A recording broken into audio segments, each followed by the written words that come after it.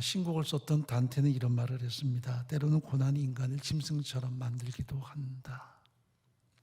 때로는 고난이 인간을 짐승처럼 만들기도 한다. 우리가 수요일날 시편 119편을 살펴보고 있는데요.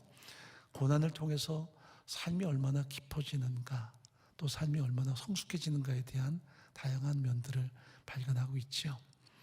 그런데 고난이 다 모든 사람에게 아름답게 적용되는 것은 아니에요.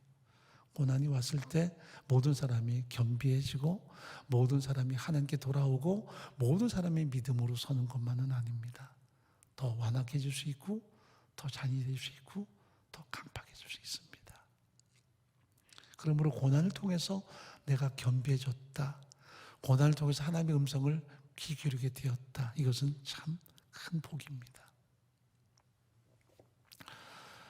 제가 최근에 손에 잡은 책 중에 참 귀한 책입니다. 이어령의 마지막 수업이라는 책인데 이어령 작가의 글은 아니지만 김지수라는 칼럼니스트가 이분을 인터뷰해서 기록한 어쩌면 마지막 그 심정의 토로를 담고 있습니다. 마치 팡사라고 할까요? 깊은 마음의 그 성찰이라 할까요?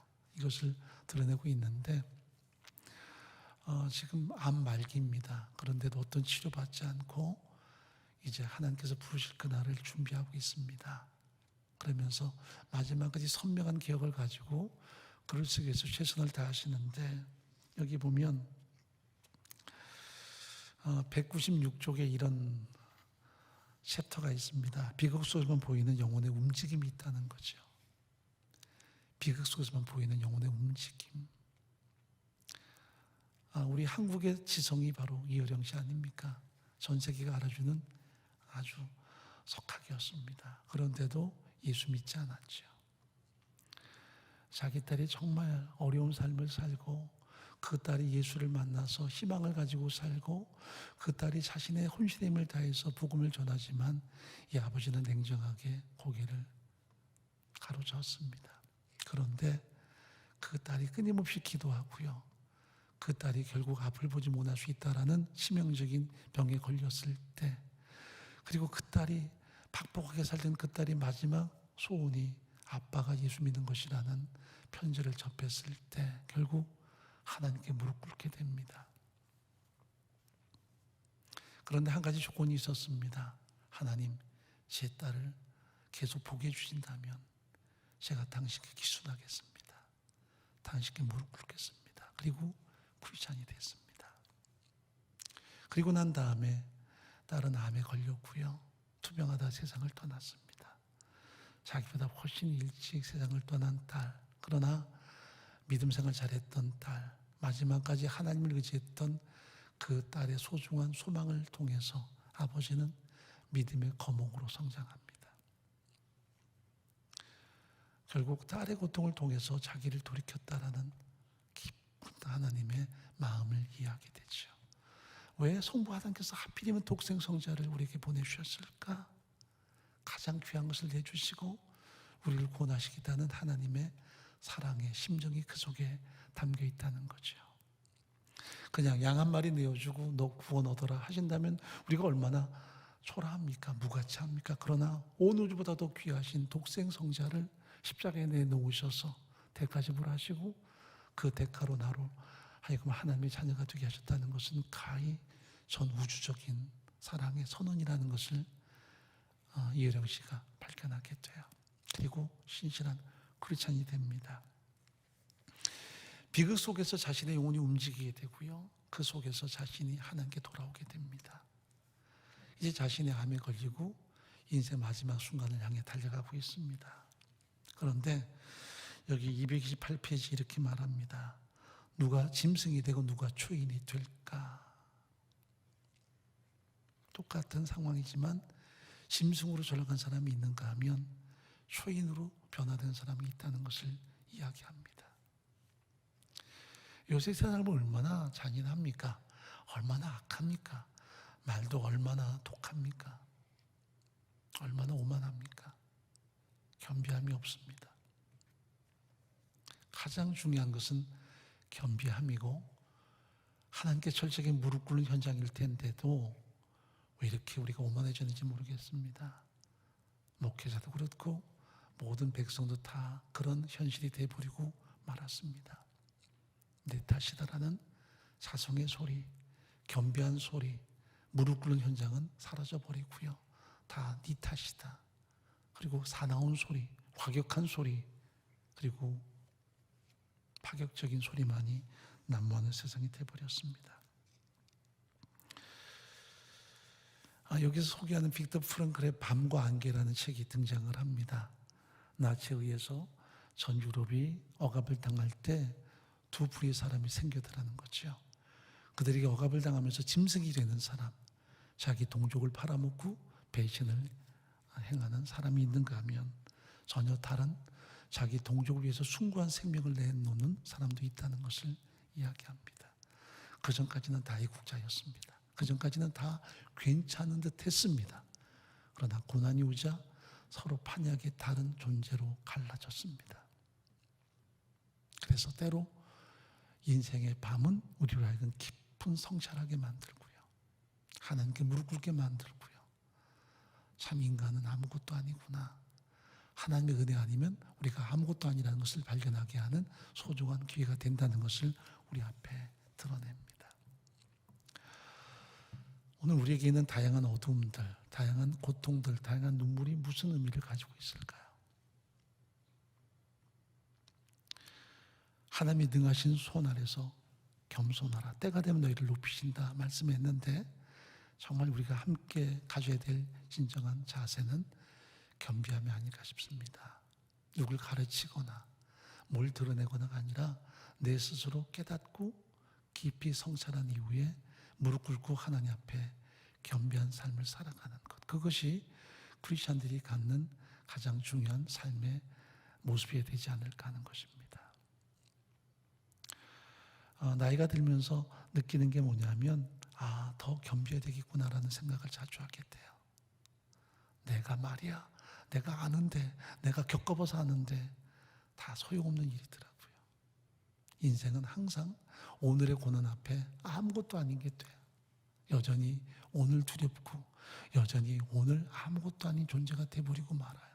그래서 만용을 부리는 것이 아니라 더 겸비하게 무릎 꿇는 것이 가장 소중한 삶의 모습인 것을 다시 한번 인식하게 됩니다. 제가 그래서 서론에 말씀드린 대로 유명한 단테가 모든 고난이 사람들을 다 좋게 만들지만은 않는다. 고난은 때로 사람을 괴물로 만들어주다라는 말은 사실 깊은 의미를 주는 이야기입니다. 오늘 시편 12편을 제가 함께 나누고자 하는 이유는 다윗의 믹담이라는 주제문 때문입니다. 제가 참 좋아하는 시편이기 때문에 자주 다뤘던 내용입니다. 그런데 다룰수록 깊은 향이 납니다. 향나무를 깎아낼수록 향이 더 짙어지는 것처럼 이 말씀을 묵상하면 묵상할수록 더 짙은 말씀의 향기가 드러납니다. 특히 믹담이란 말은 깎아낸다. 그리고 하나하나 조각한다는 의미가 있기 때문에 하나님께서 한 사람의 전 인생 속에 고난의 끌로 그 사람을 파헤치고 그리고 깎아내서 만드는 형상으로 빚어진 모습을 우리 앞에 드러내기 때문에 이 속에는 뭔가 깊은 의미들이 느껴집니다. 그래서 믹담이라는 주제는 황금시 혹은 깎아내는 이 조각시라는 의미가 있습니다. 한 사람의 인생 속에 다양한 고난과 절망을 통해서 그를 깎아내고 빚어내시는 하나님의 특별하신 의미가 있다는 것을 우리 앞에 말씀하는 것이 이 다윗의 믹담 속에 나타나는 내용이라고 말할 수 있을 것입니다. 여러분, 다윗이 참 많은 고통을 겪지요. 우리가 물론 그의 반쪽만 본다면 그 고통을 뚫고 찬란한 영광의 시대를 열었던 통일왕국의 왕으로만 보지만 그러나 일생 속에 고통이 사라진 적이 없었습니다. 어린 때부터 시작해서 젊은 날에도 중년의 때에도 노년의 때에도 그에게는 수많은 고통이 몰아쳐 왔습니다. 왜 그렇게 하나님을 의지했을까? 왜 그렇게 많은 시편을 하나님께 고백했을까?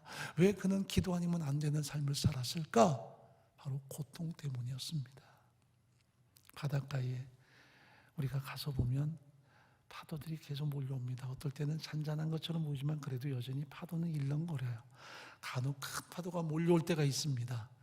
바다가 바다다운 것은 그 파도가 항상 존재하기 때문입니다. 인생은 그 고난의 파도가 항상 존재합니다. 그 과정을 통해 내가 어디로 갈 것인가, 무엇을 바라볼 것인가, 내가 어떻게 살아가야 되는가를 항상 재인식하는 것이 신앙의 바른 성찰임을 성경은 우리에게 말씀하죠. 어릴 때부터 일평생 동안 고난이 있었습니다. 그 고난이 선용돼서 그는 하나님 아니면 안 되는 내 경험도, 나의 젊음도, 나의 용기도, 그리고 나의 모든 왕권도 다 아무것도 아니요, 오직 하나님만이 자신의 전부라는 것을 고백하는 것이 이 사람의 진정한 믿음의 선언이기 때문에 우리가 이 고백들을 가슴에 담고 참 귀하다 느끼는 것입니다. 자, 1절 한번 읽어보겠습니다. 하나님이여 나를 보호하소서 내가 죽게 피하나이다. 하나님이여 나를 보호하소서 내가 죽게 피하나이다. 물론 19금 소설인데 보카치오가 쓴 데카메론이라는 책이 있습니다. 청소년 그 권장 책자로 많은 그 학교들이 이야기하는데 저는 아이들에게 읽히지 않고 싶습니다. 19세 이상 돼서 읽어야 됩니다. 우리가 알듯이 보통 15세기 때 전 유럽 속에 페스트라는 흑사병이 막 몰려와서 얼마나 많은 고통을 겪었는지 몰라요. 그때 이제 흔히 피정이라 그래서 도시를 떠나서 저 교회에 있는 커다란 저택 속에 피신해 간 10명의 사람들이 열흘 동안의 자신의 삶의 스토리를 한 사람씩 진솔하게 내뱉은 고백입니다. 보면 수녀부터 시작해서 귀족 부인부터 수많은 사람들의 삶 속에 얼마나 많은 인생의 죄악들이 존재하는지, 서로 간에 내일 내가 죽을 수있다라는 마지막 순간을 앞에 두고 이 시간은 신 앞에 우리가 정직해지라고 고백할 때 얼마나 그 삶이 처절해진지 몰라요. 그래서 데카메론을 읽어보면 인간의 죄성이 이렇게 무섭구나. 겉으로는 성직자고 겉으로는 괜찮은 사람처럼 보이지만 그 속에 감춰둔 죄악이 이렇게 무섭구나라는 것을 발견합니다. 죽음 앞에 사람들은 이렇게 겸비한데 아무것도 의지할 수 없는데, 아무것도 앞설 수 없는데 우리는 과연 하나님 앞에 어떤 모습으로 존재할까 하는 성찰을 가져보게 돼요. 무엇이 나의 능력입니까? 무엇이 나의 도움입니까? 어쩌면 이 시간 재택에서 치료받고 있는 분들, 가족들이 그래도 같이 있으면 같이 끙끙 앓으면서도 서로 위로가 되겠지만 때로 홀로 방치되어 있는 어르신들이거나 아니면 우리 동역자들이 있다면 그 고독은 치명적인 고독이 되거든요. 아무도 돌아보지 않는, 나는 어떻게 살아왔는가, 나는 지금 여기에 왜 있는가 하는 그런 고독감, 그런 절망감이 마음을 엄습해 올 수도 있습니다. 우리 모두는 하나님 앞에 서야만 합니다. 코람되어 하나님께 1대1로 항상 서야만 합니다. 하나님, 저는 어떤 존재입니까? 하나님 아니면 아무것도 아니죠. 제법 내 힘으로 살아온 듯하고 내 능력 과시했지만 하나님의 은혜 아니면 난 아무것도 아닌 거죠. 다윗도 인생의 고난을 겪을 때 나는 아무것도 아니었던 것을 다시 한번 깊이 경험합니다. 하나님의 나를 지켜주십시오. 나를 보호하십시오. 내가 죽게 피합니다. 자기의 힘이, 자기의 권력이, 자기가 신뢰했던 사람들이 자신의 진정한 능력이 되었겠습니까? 아무것도 아니었습니다. 그렇습니다. 인생에 의지할 것은 오직 하나님 외에는 없다는 것을 그는 진솔하게 고백합니다. 우리가 다 괜찮을 때는 다 좋지요.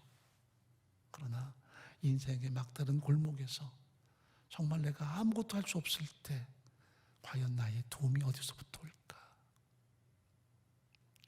그래서 그래서 시편은 말하죠.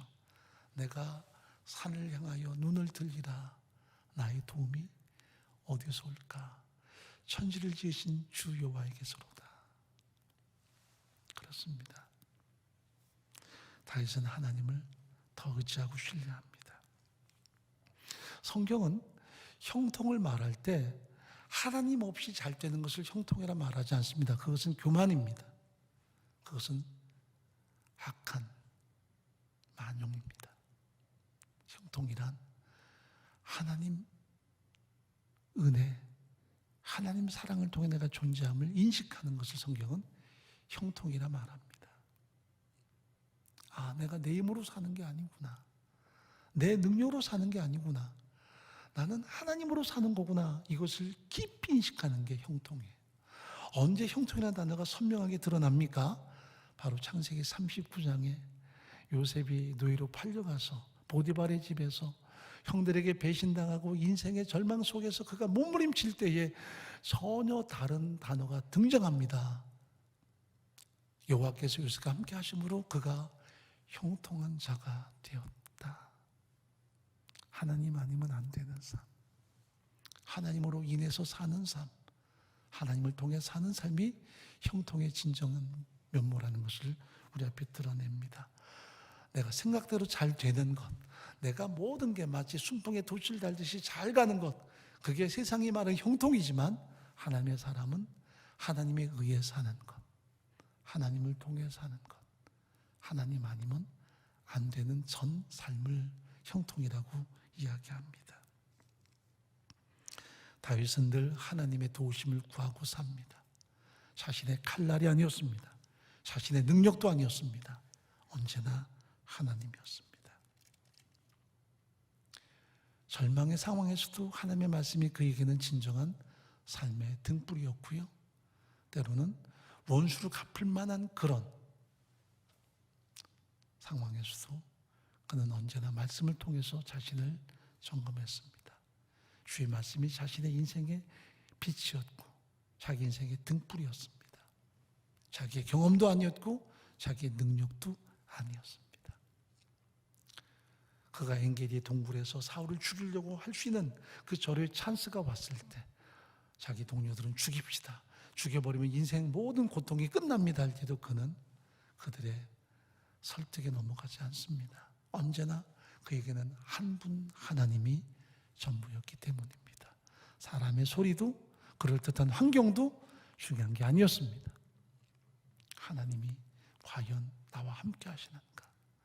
하나님이 이것을 기뻐하시는가?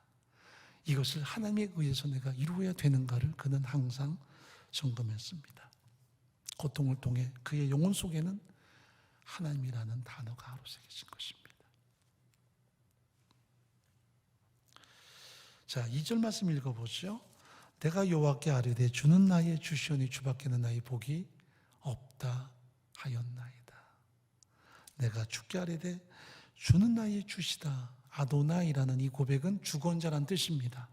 내 인생은 내 것이 아니라 하나님이 내 인생의 주권자시다. 그 하나님을 내 인생의 주권자로 삼은 내 삶이 복되다는 것을 그는 이야기합니다.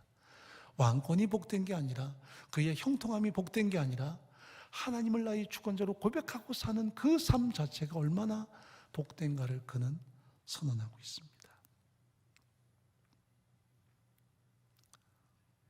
내 영혼 속에 무엇이 새겨져 있습니까? 많은 사람들이 고통 끝에 내가 살만하다 싶으면 아, 내가 이제 살만해라는 고백들을 참 많이 합니다. 여러분, 살만할 때가 언제입니까? 건강할 때입니까? 물질이 뭔가 풍부해졌을 때입니까? 하나님이 내 인생의 주권자로, 항상 내 인생은 내 것이 아니라 하나님이 내 인생의 주권자라는 것을 우리가 선명하게 선언할 때, 이것을 끊임없이 확증할 때 인생은 사는 맛이 납니다. 인생을 돌아보면 마치 내 인생이 내 것인 양, 내 물질이 내 것인 양 그렇게 살아올 때는 사실 인생이 참 초라했어요. 그걸로 과시하고 그것으로 자랑하고 그것으로 은근히 자기의 목을 세우고 아무것도 아닌 건데 하나님이 나의 인생의 주권자시다. 나는 하나님을 통해 산다. 그 선명한 고백이 있을 때 인생은 빛납니다. 우리가 사도행전 7장을 보면 스데반 집회 설교 속에서 모세의 삶이 우리 앞에 드러나지요. 모세가 나이 40세에 그의 인생이 가장 찬란했을 때에 파라오의 공주의 아들로 지도자로서의 이름을 드높였을 때 하나님이 나의 손을 의지해서 이스라엘 민족을 구원하실 것이다 했을 때 그의 삶은 순간 몰락합니다. 별똥처럼 떨어져 버리고 말아요. 그러나 내가 아무것도 아닐 때 40년 동안 광야를 떠돌아다니면서 자기 인생이 아무것도 아닌 것이 됐을 때 하나님이 꺼지지 않은 불꽃 앞에서 그를 부르십니다. 내가 너를 태운다. 네가 너를 태우는 게 아니야. 네가 너를 태운들 얼마 못가. 그건 별똥에 불과한 거예요. 그러나 이제 너는 나의 손을 의지하고 가서 이스라엘 민족을 이끌어내라. 하나님의 손을 의지하는가? 인간의 손을 의지하는가? 이것이 그의 운명을 완전히 나누죠.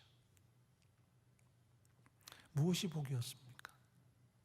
자기 과시, 자기 능력을 앞세울 때는 그건 하루아침에 다 몰락합니다. 그러나 나는 아무것도 아닐 때 도민의 논섬 디그너스 주여 저는 아무것도 아닙니다 할 때 주의 팔이 그를 붙들어 주셨고 그를 이스라엘 민족의 지도자로 세우셨습니다. 그렇습니다. 내가 주께 아뢰되 주는 나의 주시오니 주밖에는 나의 복이 없다 하였나이다. 다윗에게도 그 고백은 너무나 소중한 선언인 것입니다.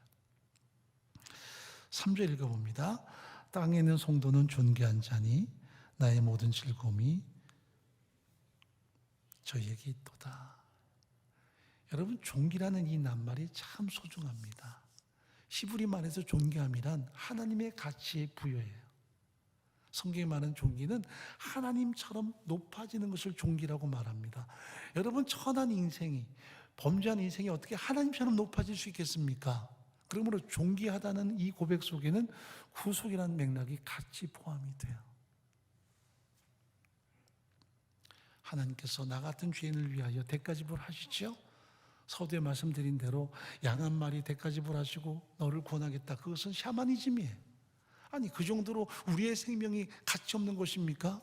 너무나 귀하기에 비록 범죄한 나라도 너무나 존귀하기에 하나님은 그 가치를 우리에게 결정하세요.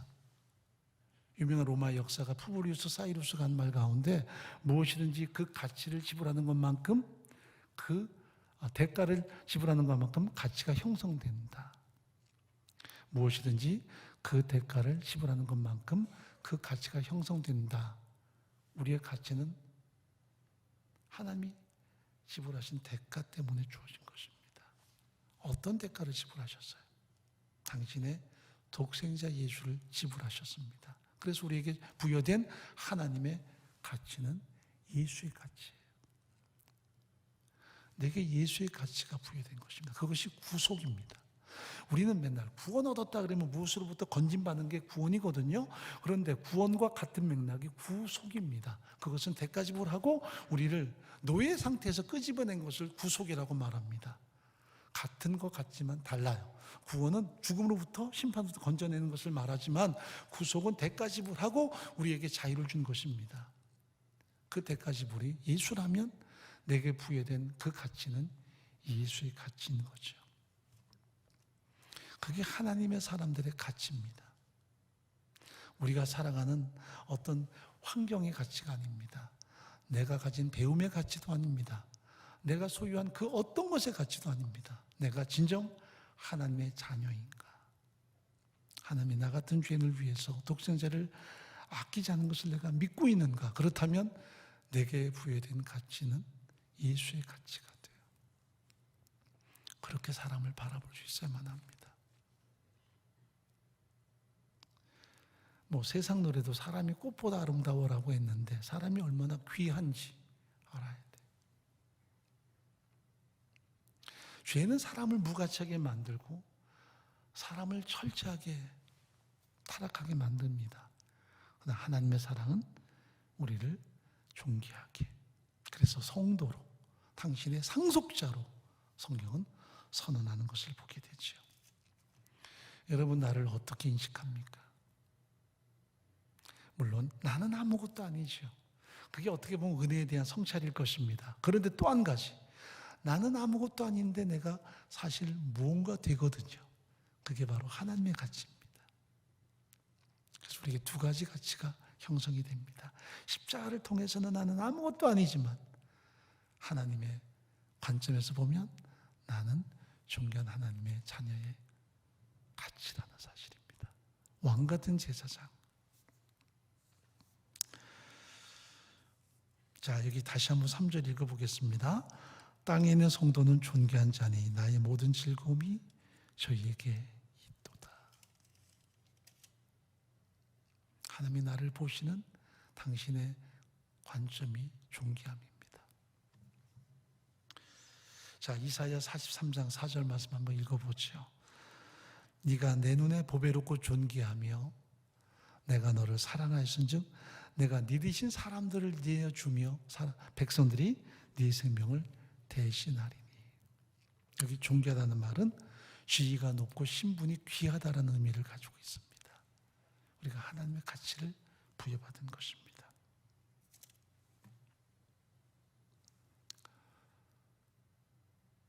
하나님께서 죄를 알지도 못하신 자로 나를 위하여 죄를 삼으셨다. 고린도후서 5장 21절 이렇게 말씀하죠. 왜 하나님이 죄를 알지도 못하신 자로 우리를 위하여 죄를 삼으셨느냐? 의가 하나도 없는 나를 그 예수 그리스도 안에서 하나님의 의가 되도록 하기 위함이라는 것이 우리에게 주시는 선언 아닙니까? 그 의가 존귀함입니다. 나는 의가 하나도 없었습니다. 온통 죄뿐이었습니다. 그런데 그런 나를 위해서 죄를 알지도 못하는 예수 그리스도를 죄가 되게 하셨습니다. 대가 지불하시고 그 예수 그리스도 안에서 나를 존귀한 자녀라 선언하신 것입니다. 그것이 성경은 은혜라고 이야기합니다. 여러분, 다른 모든 종교와 우리 기독교가 다른 게 뭔 줄 아세요? 다른 모든 종교는 인간을 하찮게 여기고 인간이 신을 찾아가는 모든 과정을 그들의 종교성으로 이야기한다면 성경은 아무것도 아닌 나를, 죄인의 귀수인 나를 위해서 독생자를 아끼지 않고 보내주심으로 우리를 이렇게 존귀하고 삼으셔서 존귀한 자녀로 거듭나게 하셔서 믿음 생활을 하게 하시는 것이 성경이 말하는 우리에 대한 당신의 가치라는 것을 우리는 알아야 돼요. 그래서 내가 예수를 믿는다 그러면 방금 전까지는 내가 아무것도 아니었는데 내가 이런 존재구나라는 것을 인식함부터 출발합니다. 그게 우리의 프라이드고요. 우리의 존재감입니다.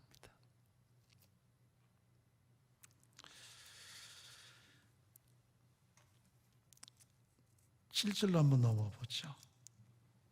읽습니다.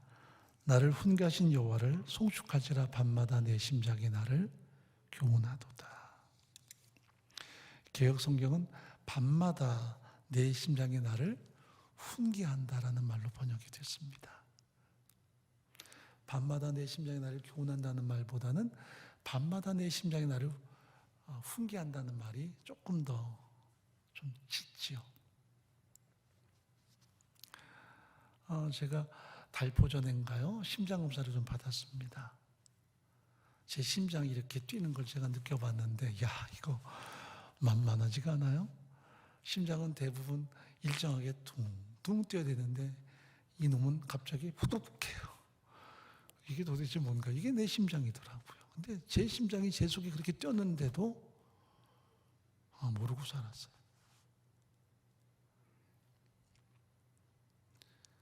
그 전까지도 물론 심장이 썩 좋지는 않았다 생각했지만 지금은 더 선명하게 심장이 뛰는 것도 은혜라는 것을 경험합니다. 밤마다 내 심장이 나를 교훈하세요. 훈계. 은혜로 산다. 은혜로 살고 있다. 은혜로 살아간다는 것을 끊임없이 깨닫게 하는 거죠. 살수록 은혜는 더 선명해지는 것입니다. 자, 9절 한번 읽어보겠습니다. 8절 9절입니다. 내가 여호와를 항상 내 앞에 모심이요 그가 내 우편에 계심으로 내가 요동치 아니하리로다. 이러므로 내 마음이 기쁘고 내 영광도 즐거워하며 내 육체도 안전히 거하리니. 다윗은 항상 하나님을 모시고 사는 삶을 삽니다. 그 임재 앞에 삽니다. 원수가 앞에 있어도 원수를 향한 분노로 사는 게 아니라 하나님을 앞에 모시고 사는 삶이 그의 삶이었습니다. 그의 눈에는 하나님만 항상 의식되었습니다. 하나님만 바라보고 삽니다. 그가 형통할 때에도 하나님만 바라보고 삽니다. 결국 교만하면 안 된다. 그가 고난을 당할 때에도 사람을 향해서 분노하는 게 아니라 하나님만 바라보고 삽니다. 내가 여전히 은혜로 살아가야 되는 거구나. 그래서 그에게서 이 많은 시편의 고백들이 드러난 거 아니겠습니까? 좋을 때도 하나님 아니면 안 된다. 힘들 때도 하나님 아니면 안 된다. 이것이 그가 드러내는 선명한 삶의 고백임을 우리가 압니다. 그의 고난을 통해서 그 영혼이 후벼 파지고 삶이 끊임없이 난도질 당하지만 그의 삶을 통해 나타나는 믹담이 하나님이 내 인생의 주권자시다. 하나님이 나의 전부시다. 나는 하나님 아니면 존재할 수 없다. 매일마다 나는 하나님의 은혜로 살아간다. 심장이 뛰는 것도 하나님의 은혜로 뛰는 것이다. 선명한 하나님의 역사와 임재하심이 그의 삶 속에 아로 새겨지는 이것이 그 신앙의 진정한 핵심이었다는 것을 우리 앞에 드러냅니다. 인생의 밤이 깊어가는데 우리가 현실 앞에 농락당하지 않고 여러분의 신앙의 팡세, 나 신앙의 고백이 무엇일까? 하나하나 선명하게 고백하고 드러내는 삶의 현장이기를 간절히 바랍니다.